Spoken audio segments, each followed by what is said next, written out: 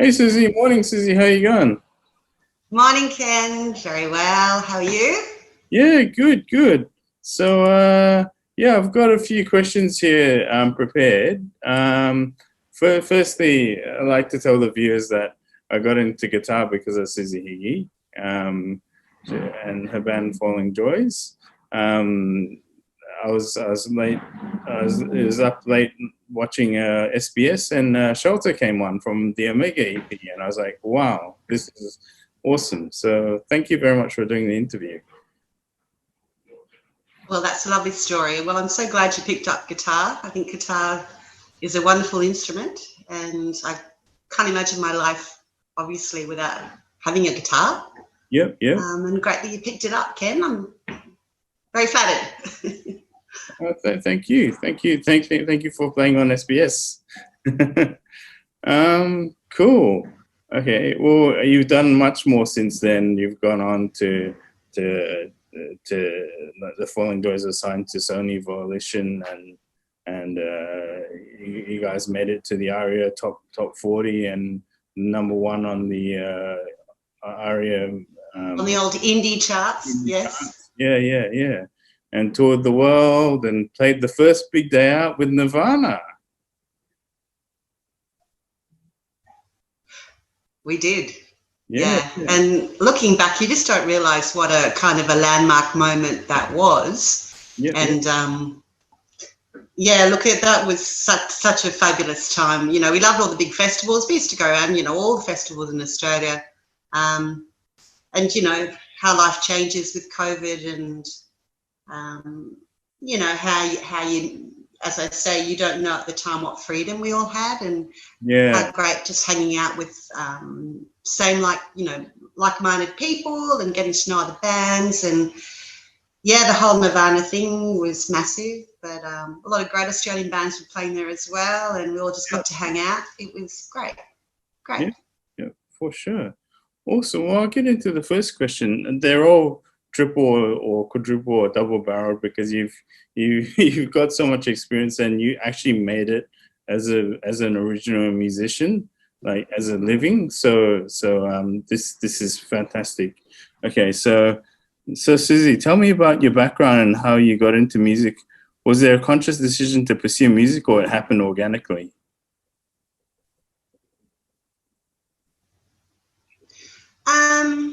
I gravitated to originally I actually wanted to play piano. I knew that I wanted to somehow make a noise, you know, have something that I could, you know, play.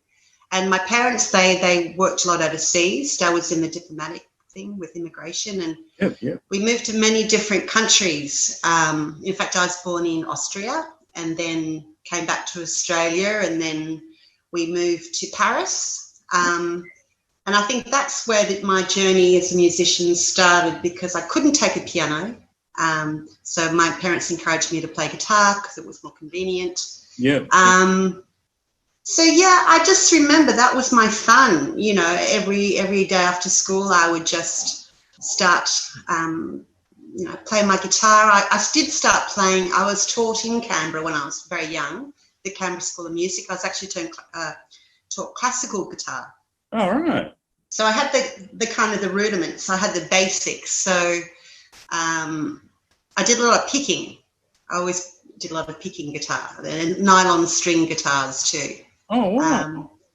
But yeah, wrote my first song, I think, when I was 9, and it was called "Nature's Beautiful." Nature's beautiful. Nature is wonderful. Nature is something we need. Keep on flowing. Keep on growing day by day. That was my first song. Nice. Cool. So and you know, and I think starting to write too, and I actually I do tell this story a fair bit, where when we lived in Paris, we had our first dishwasher. I'd never seen a dishwasher before. Yeah. Right. And I figured out that I used to sometimes play guitar and write songs in my parents' kitchen. We were just in an apartment in Paris. And I figured out that if if I stuck the wooden spoon up a little bit, it would make a clicking sound when the dishes were being washed, and that was my first drum machine. Oh, cool, cool. So you played to the dishwasher? Yeah. As the beat. Oh, nice, nice. Cool, cool, cool.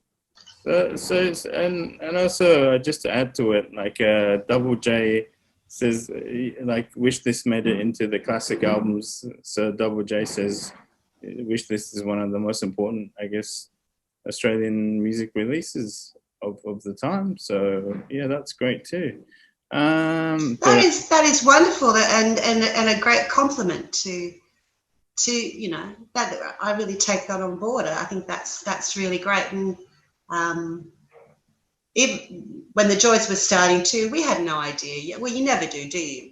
Where things are going to take you. So it was with the guys, you know, we were just really great friends. We loved making music together. So for that to come out in an album form as, you know, a great album, you know, lucky for us, really. Yeah, nice, nice. So what is your process when writing a song, and where do you get your inspiration from? I write in lots of different ways. So to date, I've got the 3 Falling Joys albums, and I've also written 3 solo albums, which vary from, it could be something simple as, you know, I could even write it I do like a clicking sound. I could do it to the indicator sound in the car. Something could come to me. It could be a bass line riff.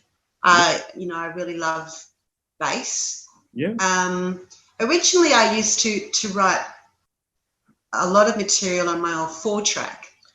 So I would start with my acoustic guitar, and I would come up with usually like a melody or a groove, and then I would transpose that to the 4-track, usually finding some rhythm that kind of worked, and then I would sort of get some sense of what it was going to be about. It could be even like 2 words or just a hook, and I just gradually build it up. And with the bass, I mean, the bass can change any song, can't it? It can take it. But as more and more with the Joys, I wanted to see what they would come up with without me being prescriptive.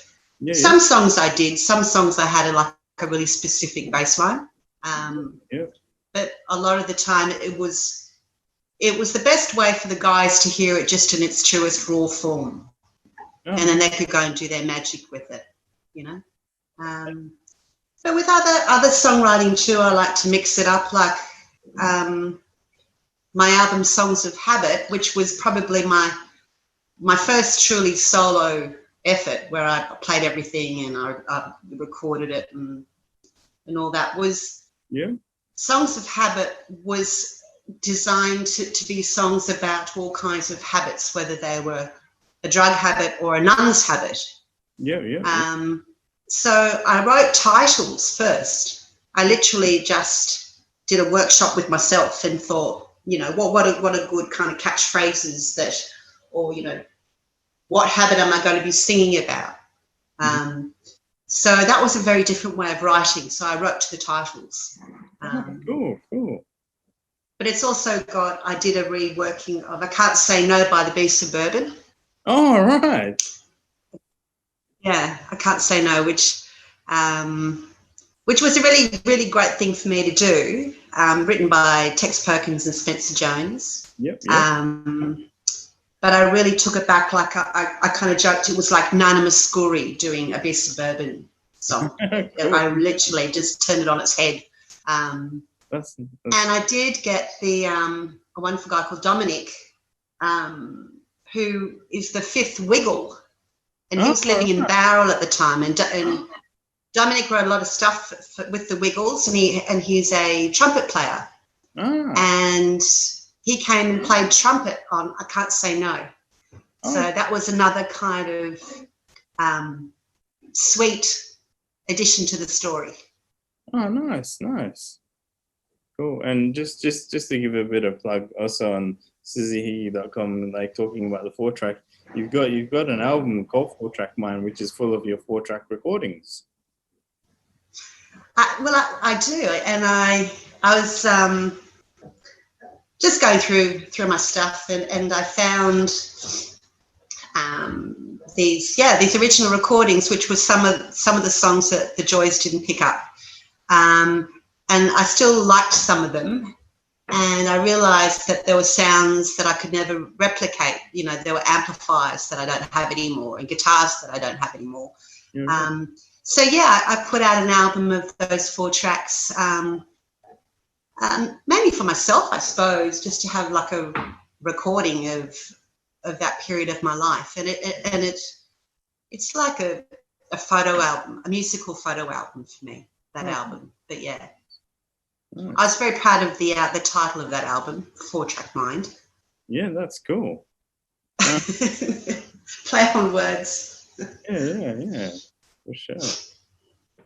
Cool. Okay, so we've covered this, but it's in the question though. Like, Wish List is considered by Double J as one of the most important records in Australian music history.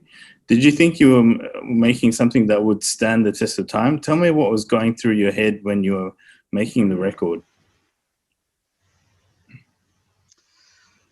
I'd be interested to find out why Double J think it is a significant album. I mean, I think the songs are great. You know, they're different. They're not all the same. It's not all thrashy. You know, there's some ballads there. Obviously, Locket is on it. Yeah. Beautiful song. You know, You're in a Mess and Shelter, and I suppose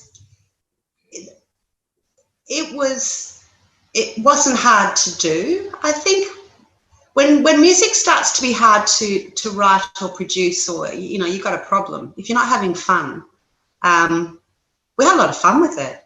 You know, we went to the Blue Mountains and did fun demos. No. You know, having fun and being good friends was a big part of it. And I think that's maybe why it sounds good. But also, I mean, there's some funny stories too. I remember when we were mixing Wish List in Sydney, I think it was at EMI or something like that.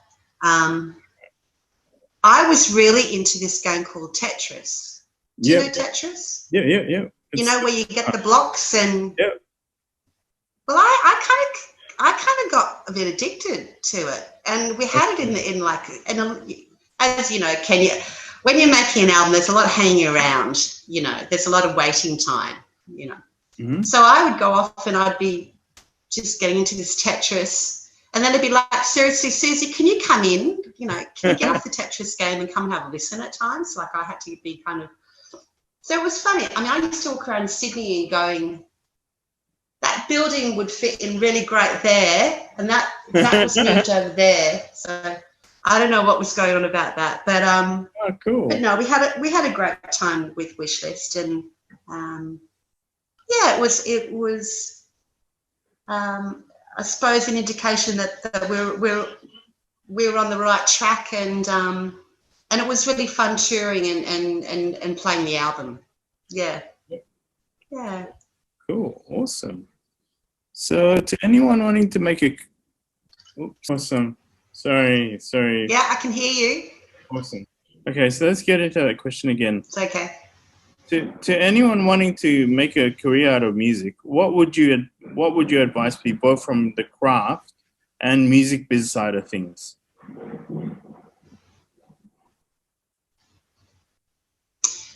Gee, I don't know if I would really give advice to anyone about... I mean, when we started to, I mean, I look back to, and, you know, with different publishers and things like that, and look, I think the wonderful thing, I suppose, from when I started out, you know, over 20 years ago, is that you can do it yourself.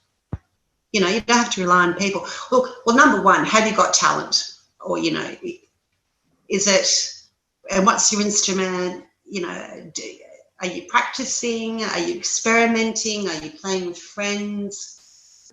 how passionate are you about it too. But you've got to enjoy it too. Like with my kids, for example, I encourage them, with piano lessons and guitar and all that.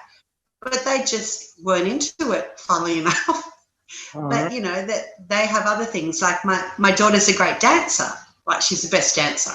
And my son is, a brilliant drawer and great with cars. He's a mechanic, So it's got to be natural. Like, it's got to be a genuine thing you want to do.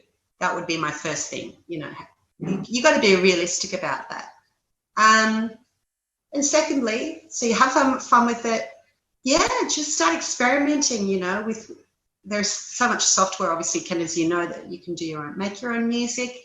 I mean, now you can put it out on YouTube or whatever. You don't really need the big companies like we did in the day. We don't necessarily need a publisher. We don't necessarily need a record label. We don't necessarily have to spend thousands of dollars on a clip. When I think back to all that money that was spent on those kind of things. So young people today are in a great position. There's kind of no excuse. Mm-hmm. You just have to learn if you can use the computer, you can make music and you can put it out there. You just need imagination. Cool. And lastly, do you have any advice to how to approach original music as a career? Well, again, just sort of similar to what, I was just talking about. Writing a song is such a wonderful feeling, Ken, and you write songs, so you know what that feeling is like to really focus and get into it and have a start and a finish and a bit in between. Yeah, but knowing it's don't know about that, but it's such if you can do it, it's a wonderful journey because you can write about anything, and adding to, it could be, as I mentioned before, if you shift the bass line or if you shift the tempo. I mean, tempo is so important to a song. It can make or break a song. Mm-hmm. And you know yourself, if you hear somebody's different interpretation of a song, it can be very moving. Like I heard there's a great singer in Canberra called Alice Cotty, mm-hmm. and she's in a band called Glitterous, and she's called Kevin 07. It's hilarious. They're all named after old prime ministers, but they're an all-girl band. Oh, have you heard of them? Glitterous? No, I haven't. No. Well, they're amazing. They're punk. They're a punk band. Oh, cool. But she was on the radio many years ago, and she does many roles in her singing career. But she did a really slow version of Mad World. Oh, okay. Mad World. I think it's Tears for Fears, one of those bands. Yeah. And it was in relation to, I think, Afghanistan, but it would be so appropriate, obviously, today with the situation in Ukraine. Yeah. But pulling it back and changing the tempo, it was just the most moving thing I've ever heard, quite frankly. It was, so, yeah, great. If you've got an idea, just get into it and do it. Have fun with it. Nice. Well, that comes to the end of all my questions. Thanks so much, Suzie, for doing this, and it's a real honor and pleasure. So thank you so much. Well, thank you so much for asking me. All right. Thanks, Ken. Thanks.